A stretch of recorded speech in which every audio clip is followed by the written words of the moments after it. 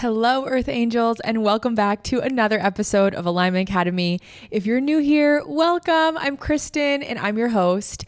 Every week, we talk about something within mindset, spirituality, entrepreneurship, business. Typically, it's a blend of all of them because I am just a girl who had her spiritual awakening super early. I'm a corporate dropout turned spiritual mentor and intuitive business guide. I've been on this path since I was 17 years old, and I'm so passionate about helping you find your aligned path and live in alignment with your soul because honestly, this spiritual journey has been the best thing that's ever happened to me in my life. I found myself, I found my people, I found my career that I love, I found my impact, and this is what you deserve too. You deserve to have it all. You deserve to feel so fulfilled you can't even believe it's your life, and we're going to help you get there. I'm really excited for today's episode. This is one of the most requested episodes I've ever had. Like, I've had DMs on DMs on DMs saying, Kristen, when is your Joe Dispenza retreat episode going to be out? Have you put the episode out yet? When are you putting the episode out? And here it is, guys. Here is the Joe Dispenza retreat episode. I am going to share as much as I feel is necessary without, taking away from the sacred nature of just going to a retreat yourself. This is not like a recommendation to go to the retreat. I am just sharing my experience. I actually think that the retreat would be a lot for people if you weren't as into everything as I am, or you don't have as strong of a meditation practice. But if you feel the call, you do you. I'm just going to be giving you guys my honest review, giving you guys my experience, and sharing just some takeaways that I had from the retreat. If you're not familiar with my journey, I went through, let's just cover the annoying stuff, okay? I went through a massive rock bottom last year. I definitely am on the other side of it. We're good. And in the middle of it, the one thing that helped me get out of the rock bottom was Dr. Joe Dispenza. And ever since then, if you guys are on my TikTok, I have been just obsessed with, I call him Daddy Joe. I've been obsessed with Daddy Joe. He has helped me so much. His teachings, right? I'm not bowing down to him, but honestly, I love him. His teachings have really helped me take back control of my life, find happiness from no one but myself, and really just become the creator of my reality. So much of what he teaches is learning how to be in charge of your emotional world. And when you are in charge of your emotions and reactions, you're in charge of your life. You're in charge of what you're going to create. You're in charge of what you're going to attract. And in a time where I was going through so many life changes in terms of relationships, living situations, friendships, I was at a rock bottom in every area of my life, learning how to go inward and give myself what I wanted to feel and just attach myself to a vision of the future versus a memory of the past. It was everything. And so on TikTok, I started the 60-day Daddy Joe meditation challenge where for 60 days, I was like, let's just fuck around and find out. Let me do 60 days of his meditations and see what happens. And in that time, I basically healed my depression, probably 80% in that time, blew up my business, hit my highest income month, was a lot happier. Everything felt like it was flowing. I was just so much happier than I had been, months and months before because I'd gone through this terrible breakup and friendship endings and family stuff going on, all of it. And then after the 60 days, I was like, okay, well, that was cool, but I'm just going to go back to being more lax. I don't need to meditate every single morning for 40 minutes. And so I stopped, and then everything kind of went back down. I was not making as much money. I wasn't feeling as good. My depression came back a little bit, and I was like, this is weird. So I did a month of that and just looked at the data, and I was like, all right, let me try one more month of doing it consistently. And so that's what I did. I did one more month of doing his meditations. Everything went back up. So then I was like, all right, this is not a coincidence. This is literally because of these meditations. It's because that I am learning how to create my reality. I love this. And if you haven't listened to my episode on my 60-day Joe Dispenza review, I have a review at the end of that 60 days of sharing everything that I manifested. And you can also go on TikTok and go to the playlist. It's called Daddy Joe, and watch all the videos because I review a lot of his teachings. I share what has manifested. I just kind of give a recap of everything that I've learned from him. So if you want to know more about that journey, then go ahead and go there. And this episode in particular is going to be about the Joe Dispenza meditation retreat. I got home from it. I guess it's like a week and a half ago now. It's Thursday and I got home not this Monday, but the last Monday. So yeah, about a week and a half I got home. And I gotta say, guys, I am still on cloud 100. I feel so filled up with love. I feel so grateful for that experience. And I knew it was going to be amazing. I knew it was going to be mind blowing, but it's like you can't really imagine what you haven't experienced yet. So I just didn't know what to expect. And it blew me away in the most interesting and surprising ways. I just feel genuinely like I do after a mushroom trip. If you've ever done a big mushroom trip, you know, like after you get out of that, you almost have like this sparkle in your eye. It's like this source sparkle, right? Like you just connected to source consciousness. You just connected to all that is. You just felt the creative energy of the mushrooms and you're like, oh my God, everything is perfect. I love life. Like we're all creators. You're just like tapped into the magic. And it's interesting because I think that this experience was just as powerful, if not more, for a lot of reasons, right? Number one, because he showed a lot of data that when somebody gets done with his 7-day advanced meditation retreat, their brain looks similar to what it looks like after a psilocybin trip, because so many different parts of the brain that haven't been talking are talking. So I think that's really cool that like that's what it feels like for me, because it's a similar experience. But the reason I said it might even be better is because if you have never done a big mushroom trip, when you do that, you can't take everything with you. Some things from the trip you're just not going to remember. Like it's kind of like, it's not similar to being drunk, but it's similar like when you're really drunk, sometimes you don't remember all of it. It's kind of like that, but it's it's tone completely different. You just don't remember everything because you're in such another state of consciousness. I think what's transformative about it is that this is not a 6-hour experience. This is a 7-day experience, and you get to take everything that you experienced in those 7 days with you and you remember it crystal clear. They're similar experiences in the sense that they're so transformative, and then they're different because they're just completely different, right? Like 6-hour mushroom trip is just going straight to the deep end. And then this meditation retreat is like a slow burn of learning how to settle down your body, learning how to sit in nothingness, learning how to become nothing. I mean, if you haven't gotten into Dr. Joe's work, this is not going to be a recap of everything that we do because his meditations are very intense. Like even one of the scientists at the retreat was like, I don't know if we can even quantify this as meditation. This is like superhuman shit, because that's really what he is teaching people. It's like human potential stuff. He has a book called Becoming Supernatural. So it checks out that like the way that you're learning how to use your body and work with your brain and control your brain to reach these states of bliss or create. It's so cool. I bug out on it because I'm just like, this is just so fucking cool. Like it's just blending spirituality and science. And I think that the best part is that none of what he teaches anymore is pseudoscience. None of it. None of it is, oh, this is a foo-foo, like beautiful spiritual thing. It is all scientifically proven. All of it, he is breaking down with quantum physics and science, and there's data to back up literally everything he's teaching. And I think that that's really cool that he learned and is demystifying the mystical for so many people. That was a really beautiful part of it. Definitely just amazing. Now I'm going to go over the overview of the retreat just so you have an idea, because I don't really want to cover too much of just like the boring logistics, but we meditated around 35 to 40 hours in 7 days. This was intense for me, but also not, because I meditate a lot already. I mean, I'm meditating even more now after the retreat. I was meditating about an hour a day, give or take, maybe like 30 minutes to an hour a day. Now I meditate about 1 to 2 hours a day, usually 1 in the morning, 1 after work, just because I'm so addicted to the feeling of going into the quantum field and just like becoming nothing.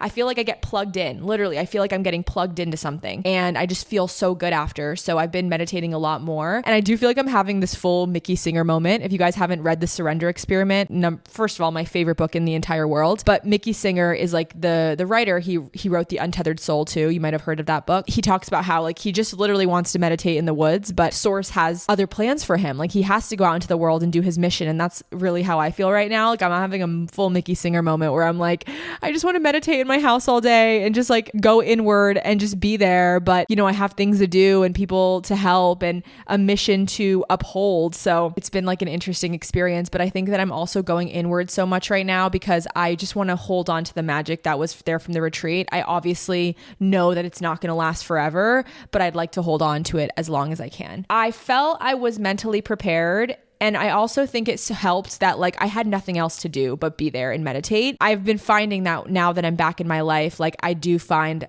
not that I'm rushing my meditations, but there are more distractions of things to think about and things to do and people to get back to and things to respond to. So I think that that was such a unique experience, and the fact, like, when are you going to go somewhere and just not have anything to do, nobody to talk to? Like, I was off social media. I really went inward. And so it was just nice to have that experience where I could just really go in, and most of the meditations were around 2 hours, but then there were some that were around 30 minutes. And then our longest meditation was 4 hours and 40 minutes. So that's kind of like the range of what it looked like. The days were pretty long. I would get up around 5 or 5:30 most days, and we'd end around 7. This is because, we would want to utilize the early morning brainwaves. So it's not like a bad thing. Like, they were long days, but I didn't feel like I was stretched to a point that wasn't humane or anything. But we would get up. Typically we'd do a morning meditation, and then we'd go to lecture, lunch, meditation, lecture, dinner, like whatever. I don't know. I mean, the days were long, and you were tired, but you also weren't tired. And I was always saying to my friend Bree, who came with me, I was like, I typically am not someone who can run off of a little sleep. Like, most nights we were only getting 5 to 6 hours of sleep, sometimes less. And I was like, I don't feel tired at all. Like, of course, when I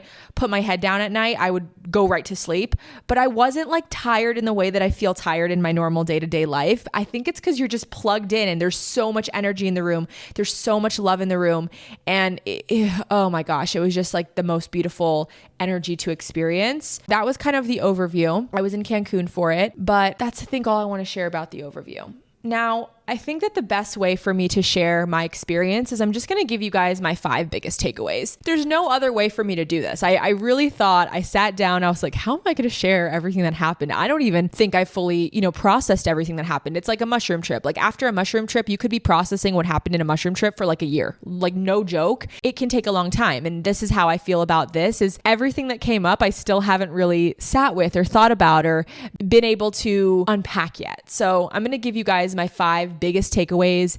These are going to range from observations to teachings to a little bit of both, but I hope you enjoy them. With that being said, my number 1 takeaway. I am quickly interrupting this episode to remind you guys that if you're a listener, which clearly you are, I have created a free meditation for all of you.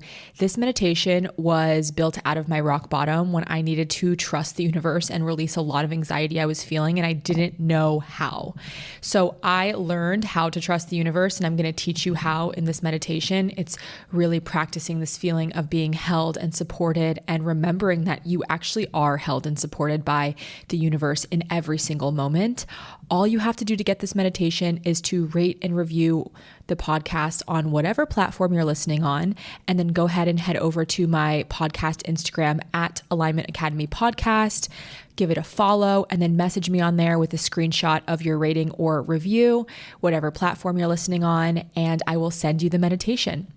Okay, now back to the episode. Dr. Joe's community is the most integrated spiritual community I've ever been a part of. It truly was so special. And I'm going to start by saying something that might surprise you guys. I'm not really a huge spiritual events girly. I actually don't like them. I don't like spiritual events. I don't like spiritual festivals. And I'll tell you guys the reason that I don't like them. Again, no judgment if you do. I don't mind if you do. I understand that is such a good place for a lot of people. Personally, I just identify more as like a quantum girly than a spiritual girly. Like, I've been to a lot of spiritual events, and for me, there feels like at some events, there is some distortion. There's people who have a lot of knowledge, but have not done any work on themselves. There's also people who hold beliefs such as, the less that you have, the more spiritual you are, or money is bad, or you need as little as possible. Now, the reason this personally doesn't resonate with me, and this is my opinion, guys, again, no hate towards anyone, but this is my podcast and I'm just going to spit my opinion, is because if you truly believe that you are the creator, if you truly believe you are part of the source, then you know that you can create anything. And if you created it, how is it shameful? How is it bad? I genuinely, in my heart, believe that we are here on earth to have the most experiences we can. The only point of life is to experience as much as we can. And That means experience wealth, experience money, experience hating a job, experience loving your job, experience going through the entrepreneurship roller coaster, experience traveling to Europe, experience all of it. That's what we're here to do, is experience. We're not here to rid ourselves of experience. And, some people genuinely might say, I don't need a lot to be happy, and that's cool. And I'm not saying that that's the bad thing, but I'm just saying that I truly believe that if you believe that you're a creator, you believe that you can have whatever you innately desire. Like that desire was put in your heart for a reason. Bringing it back, I came in with no expectations of like the kind of community that would be there. And like I said, I was so pleasantly surprised. The thing that I noticed the most is that everyone there does the work. I mean, it takes a special type of person to sit in meditation for over an hour every single day. That is commitment to your path. That is devotion. That is believing that you are a creator. If you're doing that, you believe that you're the creator of your reality. You know what I mean? And so by default, everyone that's there, that's willing to pay like, upwards of $5,000 to go to a 7-day meditation retreat is just so embodied and integrated. So that was one of the best and my most favorite thing that I met. Every single person there you could talk to, like the whole hotel was, Dr. Joe's community. And it's just like you have conversations with everyone. I had conversations with 70-year-old men. I had conversations with younger, 25-year-olds. Everyone there is there for the same reason, which is to go inward and create a new reality for themselves and heal and become the best version of them. And everyone was so kind. You could connect to anyone. It was just almost like this mutual love of like, you're here for the experience, I'm here for the experience, and let's connect on a soul level. I really, really enjoyed the community. I also noticed that everyone there is very happy. You are at a meditation retreat in Mexico, so let's not glaze over that fact, but genuinely like in their soul, you can just tell like they are there living their best life. They are there because they know that they're a creator. I loved that. It was just so beautiful to be around so many happy people, so many people with high, like you can just feel the energy. Like the vibration is just so high and I loved it. Now, I gotta say, guys, I'm gonna give you the tea. The best part about the community for me was seeing what a man with an open heart is like. I gotta say, I have been telling you guys, I've been more in this phase of I'm ready to open my heart. I'm ready to start the journey again. It's really hard to find expanders of men that you essentially want to call in with only seeing maybe some men on Instagram. Because the truth be told is like, I don't really want an Instagram man. And so I didn't really understand what an emotionally available man looked like other than seeing somebody on Instagram being like, oh wow, he's talking, he's spitting truth. Like that's cool. He's on his path. But also I don't really want exactly that. You know what I mean? So I had no real life examples of like the type of man that I really want to be with. And the men here, I just want to say, I honor every single one of you. I am so grateful for each of those men because they showed me what an open-hearted masculine man looks like. I met so many cool entrepreneurial men on their path doing something normal, right? Not these like Instagram, like no shade. I love you Instagram men, but normal men that were just so connected to themselves, opening their hearts, tears strolling down their face, hands on their hearts, just like, wow, like I feel so much joy. I feel so much love. I had the most heart to hearts with all these men. And I made so many good guy friends that are just showing me what it looks like for a man to have an open heart and working on himself and committed to his path. And also like going to retreats alone. Like, damn, that was hot. There's men are like, yeah, I'm just here alone. I just wanted to go. This is my fifth one. I'm like, what? Men go to retreats alone? Like, really? It was just a really cool moment. So I had to stick that in. The men there, whew. I loved all of them. And not because they're hot and not because they're good looking, because they have an open fucking heart. An open heart is hot. That was my first takeaway. The community is one of the most integrated spiritual communities that I could have asked for. My second takeaway was that genuinely the heart is the portal to everything that you desire. From my level of ignorance before the retreat, I didn't really understand how important opening the heart was. On the first day, one of the meditations we did, we just sat there for an hour and opened our heart and felt what our heart felt like and opened our heart more and opened our heart more and felt love and felt in love with life and fell in love with our heart and fell in love with our path. Literally just opening our heart for an hour and learning how to master opening our heart. And obviously all of his teachings build on each other. I'm going to try to explain to you guys why opening your heart is so important, especially for the work that I do of like getting out of survival and like creating heart-centered content online. This is all going to tie in together. So I think this is a beautiful just like share and story. So he does work with the energy centers. Some people call them chakras. He calls them energy centers. He has 8 energy centers that we work with a lot. And a lot of people know that the 3 lowest chakras are like your survival chakras. They're like right here, if you're watching the video, right here and right here.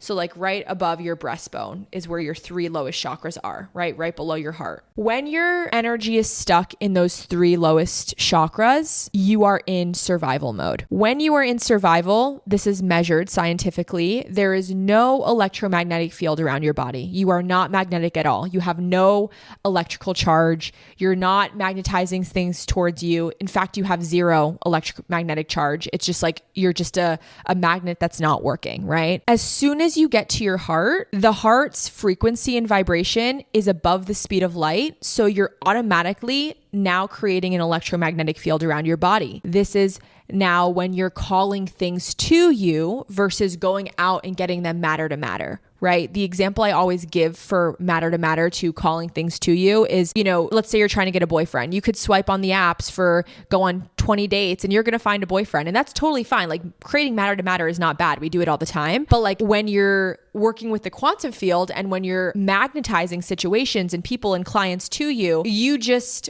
are walking on the side of the road, walking your dog, and your man bumps into you. You know what I mean? Like it just happens. Like you magnetize that situation to you. And the reason we get in our heart is because when we're vibrating at that speed of light, now we're speaking to the field. Now we're speaking to the quantum field, and the quantum field vibrates above the speed of light because you can't see it, right? You can see everything below the speed of light, but as soon as it gets above there, now you are in the quantum. On top of that, as soon as energy reaches your heart, it always can go up now. So it's going to talk to your brain. And Dr. Joe talks a lot about brain and heart coherence. The way that you get brain and heart coherence is bringing all of your energy to your heart. The reason I'm saying this is because it really just solidified that the heart is the portal to everything that you desire. The most beautiful teaching that I have from this is that he really talks about how all energy, even the energy of this room in this empty space, all energy carries information. There's information in everything,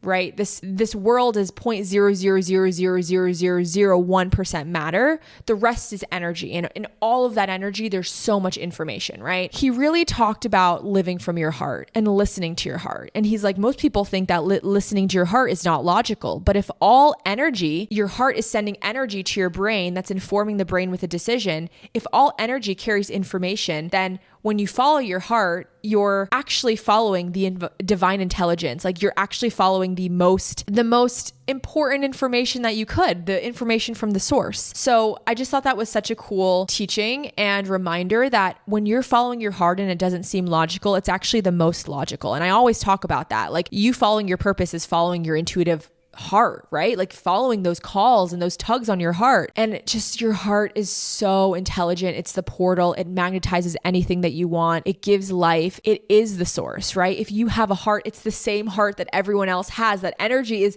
part of the bigger energy. And I just realized that in this, like, wow, the heart is so important. And even in moments of hardship that I've had, over this last week, I just go into my heart. When I can't figure something out, I'm like, just go back to your heart. Your heart has the answers to everything. So that was one of my best takeaways. And just a quote to kind of round this point out is the brain thinks, but the heart knows.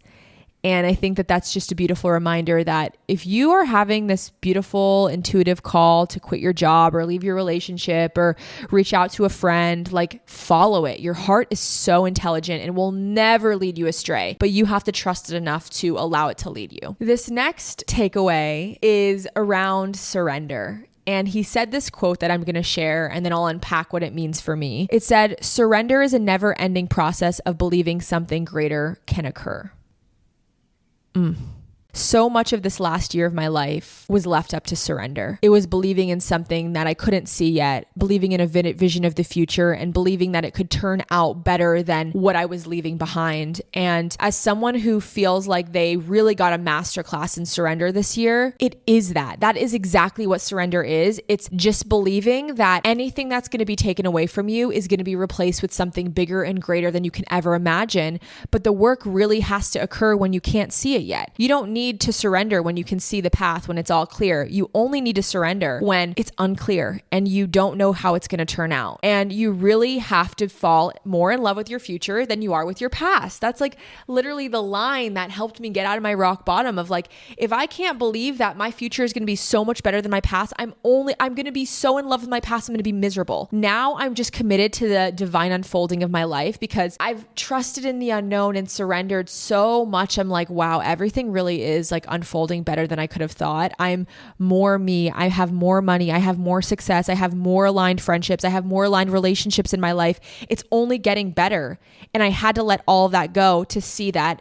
And you really only get to trust and learn how to surrender by just doing it over and over again and seeing that it always just ends up better. And one of the biggest things that really goes along with this is identity work really is the root of change. You have to change and figure out like, who do I actually really want to become? And if I was going to become, let's say you want to become an abundant person, right? How would an abundant person walk? How would they talk? What would they believe? What would be the thoughts rewiring in their head? How would they spend their money? How would they feel when they're spending their money? So much of his work is this mental rehearsal aspect of it, of like, rehearse you being the abundant person. Rehearse how you would walk, talk, think, act, believe, all of it, and become that.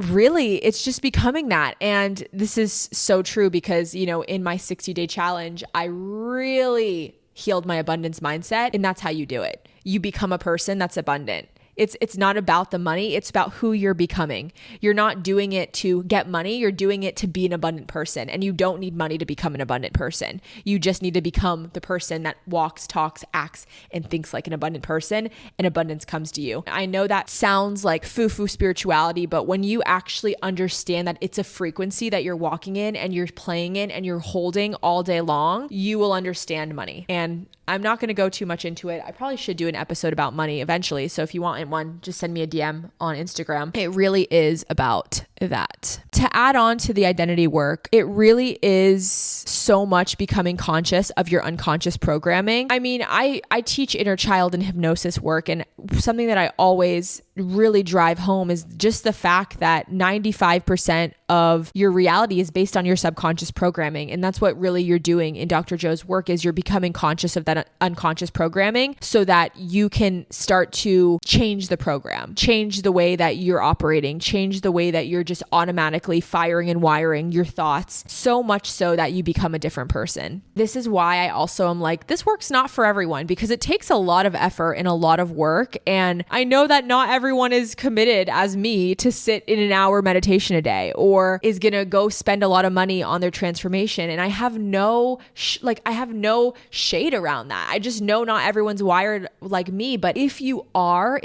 committed to your growth, like the things that you can do with your life are just so amazing. It's just so cool how we really do create our reality. The next thing that I want to cover is the experience of this retreat. The point that I wrote is, on the path to wholeness, you have to let go of everything that goes against your wholeness, your unwholeness rather. And what I mean by that is, I've been on a lot of retreats. When I go on my retreats, it's like I am going openly to like work on myself. I'm like, oh yeah, I know I'm going to be going into my subconscious programmings. I'm going to be going into my beliefs. I'm going to be going into everything that's keeping me small. I'm ready to do that. This was such a unique experience because he's not asking you to bring up anything from your past. He's not asking you to bring up any triggers. He's not asking you to bring up anything that is wrong. I mean, he's not even asking. You're sitting in meditation for 6 hours a day. All the shit that is keeping you from feeling wholeness is just going to naturally come up, and they come in your face. They just come. It's like, oh, you're trying to manifest a relationship or a friendship or more money. What are all the beliefs that are keeping you from saying, I can't do that. No, that's too hard. No, I'm not cool enough to do that. All your shit comes up to the surface and you have to get through it. You have to deal with it in the meditations. And I think that was a really cool, unique thing, because you don't just technically sit with yourself for 6 hours a day in any other setting. But when you're sitting with yourself in silence, all the stuff comes up. So just to get a little bit vulnerable with you guys, so I can tell you a little bit of my own personal experience. When I went through my rock bottom, everything was really good. I had just moved to my dream place in California. I was with the person I loved. My business was doing well. Everything was going well. And then right when I had everything I wanted, everything fell apart. So it created this subconscious belief for me that I can't have it all, because everything in my life genuinely is going so good right now. I'm working really hard. I feel so good in my mission. I feel so good in my friendships. And then when it came to like what I was trying to create, there was a part of me that was like, maybe a relationship, but maybe not. And then when I really sat with like why maybe not, there was two things that came up. Number one, there was this belief that if I had it all, if I had an amazing relationship, it was just too much goodness. Like I wasn't worthy of having everything be good. Like that would make people uncomfortable seeing me thriving in every way. And it was just this newer layer of stepping into my bigness, being like, no, I deserve to have it all. I am deserving of it all. It's okay if I have it all. It's okay if it triggers people. And so that I had to sit with that and overcome that. That was a big thing. And then there was this other shadow aspect that came up of like, well, I really haven't been in the space of calling in a relationship genuinely. Like I haven't been going on dates. It hasn't been top of mind. And then there was this like belief that I was like, well, if I'm calling in a relationship, it means that I'm desperate and it means that I'm needy and it means that somebody's not choosing me because I'm actively looking to call something in. And I really had to sit with that and overcome the shadow of that, of being like, I'm not needy. I'm not desperate. I just have so much love to give and I'm excited to give it and I'm excited to create a life with someone. There was a lot of things that just came up to the surface of me working on my deservingness and my magnetic nature. And it's really cool when you're in that setting because you're in such a high frequency of the room and like the retreat that things can shift really quick. It's like I would shift my belief around what I'm deserving of, and then I would get the reflection of that in my life of like, maybe a guy coming up to me, or maybe me having a really great heart-to-heart conversation with one of my guy friends about love. Like it was really cool to just see that my belief shifting so quick actually did manipulate the 3D experience that I was having in real life. On the path to wholeness, when you're becoming more and more whole, when you're raising your frequency, whether it's, with mushrooms, with a meditation retreat, just in general in your life, you are going to have to let go of all the beliefs, all the people, all the things that were part of the identity that was not wholeness. And it just was cool to go through all those limiting beliefs. There were obviously a lot more things that came up, but those were the biggest ones and the ones that I feel called to share and maybe that you can relate to. But I'm just really focusing on holding the vibration of wholeness and like I can have it all and I'm deserving of it all and I'm worthy of someone who's doing just as much work as me, and it's going to be just a great experience for me to just continue to unfold in this and call in this next version of my life that maybe is sharing it with a new partner. So I'm excited for that. My last takeaway from the retreat is going to be, in nothing, you find everything. In his teachings, a lot of the retreat, we are learning how to become nothing. No space, no time, no person, no place, no thing, nowhere. You literally learn how to unfold into nothingness. And the truth is that the source, God, whatever you want to call all that is, it is just this energy of nothingness. But in the nothing, there's everything. It's like in this space, there's so much information, right? It's the same thing. And I think it's just such a cool concept that if you want to create like the source, you have to connect from your ego. It is an ego death in a sense. It's similar to my mushroom experience. There were so many similarities of the mushroom experience and this experience, and hopefully you can relate to one of them. In nothingness, when you unfold into nothing, when you become nothing in your meditations, you are getting connected to the infinite field. And the field, the quantum field, holds vibration, it holds frequency, it holds infinite untapped potential. And the cool thing is it connects to everything and everyone. one. It's where we're all created from. We're all created from the nothing. And in the nothing came everything. When we go to the quantum field, there is no trying there. You don't walk around, you don't have your body, you don't have your mouth, you don't talk. The only way you experience things is tapping into the frequency of it. And so it's really cool. So we learn how to unfold into the nothing, which is everything. And then in the everything, you get around by just tapping into the frequency of what you want to experience. And then if you're experiencing it in the field, then it can come down into 3D matter. And, I'm obviously not explaining all the quantum physics the best way that I can because I'm not a quantum physicist, but hopefully you guys can understand that when you observe it in the quantum field, it means that it can be observed in 3D matter. And if you become really good at observing it up there, the matter is going to collapse, the wave function, right? There's like quantum physics studies on this. If you observe a wave, it becomes a particle. That's the same idea that we're doing. It's like we're in this nothingness and then we observe a potential of your wealth, of your relationship, of your happiness, of your joy, of your miracle, right? Whatever it is, there's infinite potentials in the quantum field. As soon as you observe it, now it can collapse into matter. It was just a reminder for me that my most natural state, the reason I'm feeling the call to become nothing and just like go into nothingness is because that is my most natural state as the source. You're the source too, right? We all have the source inside of us. And when we become nothing, we feel connected and we have everything that we need. I feel like I sound like a freaking monk that just meditated in the Himalayas for 8 years. So I hope you guys got something out of this podcast. I think to really end this experience was something that I will keep close to my heart for the remainder of my life. I know that it won't be my last experience that I go and have at one of these retreats. Seeing miracles, seeing the power of love heal people. Like literally I saw miracles. I saw people getting healed by the power of love. That's like Jesus shit, guys. Like I will just never be the same. I will never forget the power I have as a human creator. There was just so much love in that room that, I get a lot of comments on TikTok and it's like, that's a cult and like that's culty and like you're part of a cult. And what I have to say to that is nothing. Because I'm like, if you just were in that room and you felt the love and you felt what we were doing with the power of love, healing people, learning how to heal people with the power of love, you would just know that that's not a cult. That's human potential. That's love. That's what we're here on earth to do, is to remember that we are love. Now, my entire business is getting infused with helping people connect with their hearts.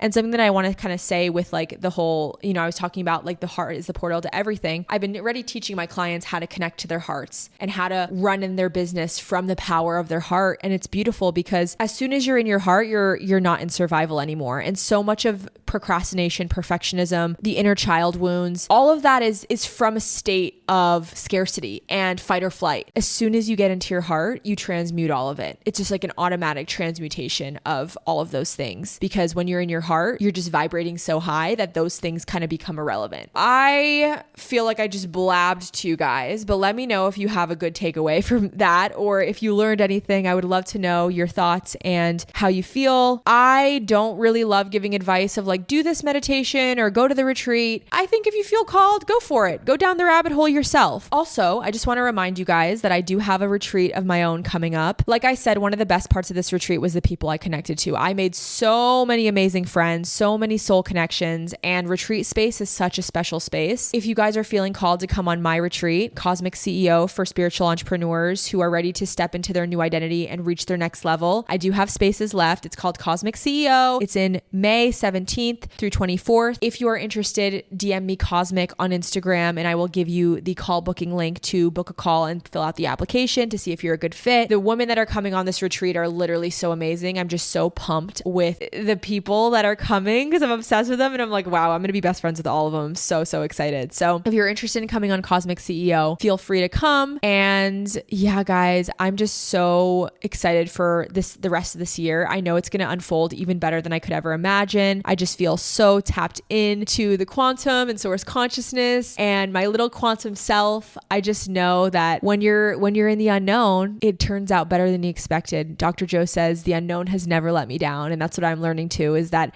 when I live in the pure present moment without expectations or without trying to predict my future, it just always unfolds better than I could ever predict. So that's where I'm at. I'm feeling so grateful for the experience. Again, hope you learned something. Hope you loved it. I will see you guys in another episode. If you have any requests for episodes you want in the future or even guests that you want me to bring on, feel free to send me a DM. I love talking to you guys. I'll see you guys soon. I love you. Have a great week. Bye.